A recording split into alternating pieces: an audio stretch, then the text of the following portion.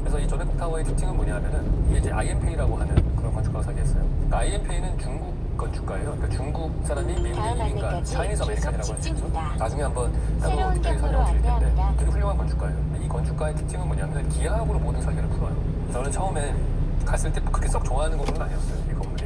근데 말씀하신 대로 이게 평면도가 되게 독특합니다. 평행사변형처럼 생겼어요. 이렇게 긴 평행사변형 같이. 그 얘기 뭐냐면은 좁은 쪽에서 보면은 되게 날이 서 있는 좁은 빌딩처럼 보이고요. 넓은 쪽에서 보면 넓적한 약 빌딩으로 보여요. 1km, 근데 보스턴의 특징이 뭐냐면 시속 그 구도심이 110km. 성님, 1km 앞 110km 이동식 과속 단속하는 데는 맹심 없어. 말이 끄는 거예요. 그럼 어떻게 되겠어요? 같은 등고선을 따라서 말들이 다녀요. 그러면은 길이라고 하는 거는 콘타 라인을 따라서 등고선 라인을 따라서 만들어지는 거예요. 그러니까 길이 꼬불꼬불합니다. 거의 거미줄 같아요. 저는 거기에 한 6년 이렇게 살아도 그 길에 가면 다 길을 잃어버려요. 동쪽으로 가는데 가다 보면 어느 서쪽으로 가 있고 이러거든요. 근데 그럴 때마다 뭘 보면 되냐면 고개를 들어서 조네콕 타워를 보면 돼요. 그 조네콕 타워는 내가 보이는 각도에 따라서 모양이 다르다는 걸 알잖아요. 경험이 쌓이면은 이 나침판 같은 역할을 하는 거예요.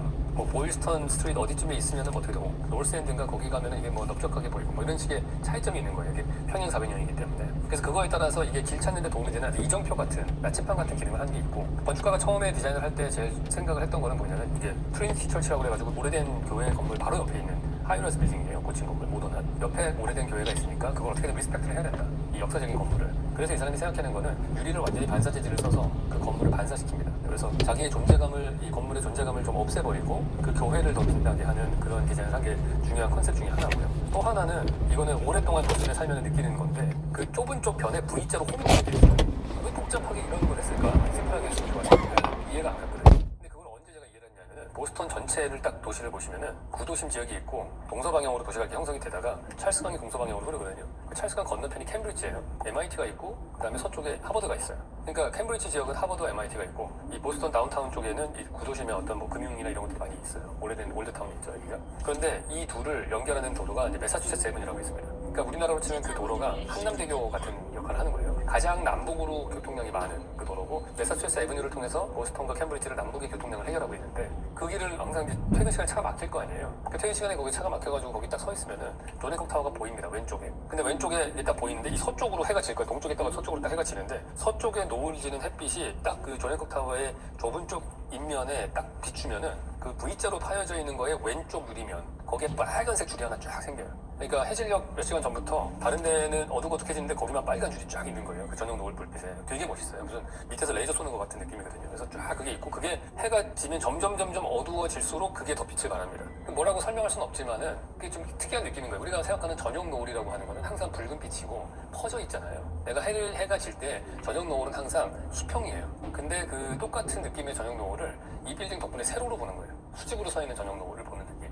물론 그걸 의도하고 했는지는 모르겠으나 그 건물 덕분에 퇴근길이 사실은 즐겁다. 제가 막 감히 말씀드릴 수 있을 것 같아요. 그걸 보면서 어떻게 독특한 직선으로 만들어진 저녁 노을인 거죠. 그걸 보면 되게 근사합니다. 뭐 투자는 그냥 앱으로 짬짬이? 전화 상담요? 아무래도 오래 기다려야 하다 보니까 전화 상담은 잘 안 하게 되더라고요. 대기 없이 바로 상담. S라운지. 직선으로 만들어진 저녁 노을인 거죠. 그걸 보면 되게 근사합니다.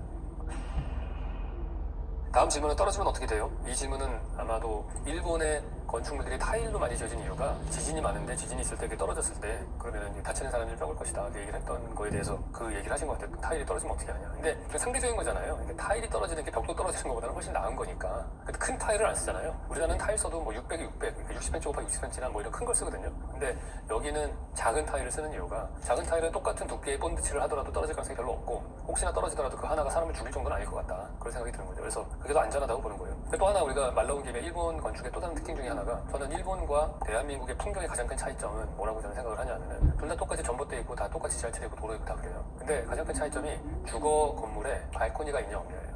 이 얘기는 제가 나중에 한번 다시 한 꼭지로 말씀을 드려야 될 것 같은데 일본에 가시면은 도쿄나 오사카 같은 대도시에 가서 보잖아요. 말할 것 없이 모든 주거 건축들은 다 발코니가 있어요.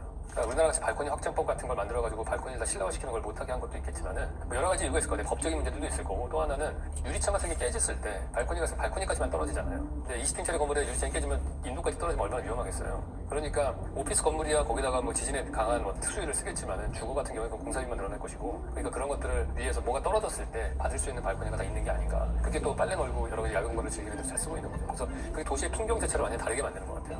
네, 오늘 여기까지 Q&A 마치도록 하겠습니다. 다음 시간에 또 뵙도록 하겠습니다.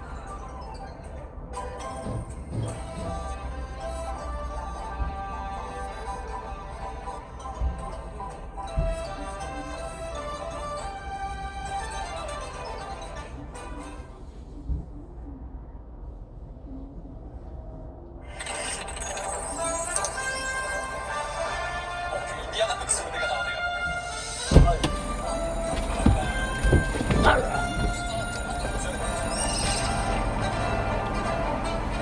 사장님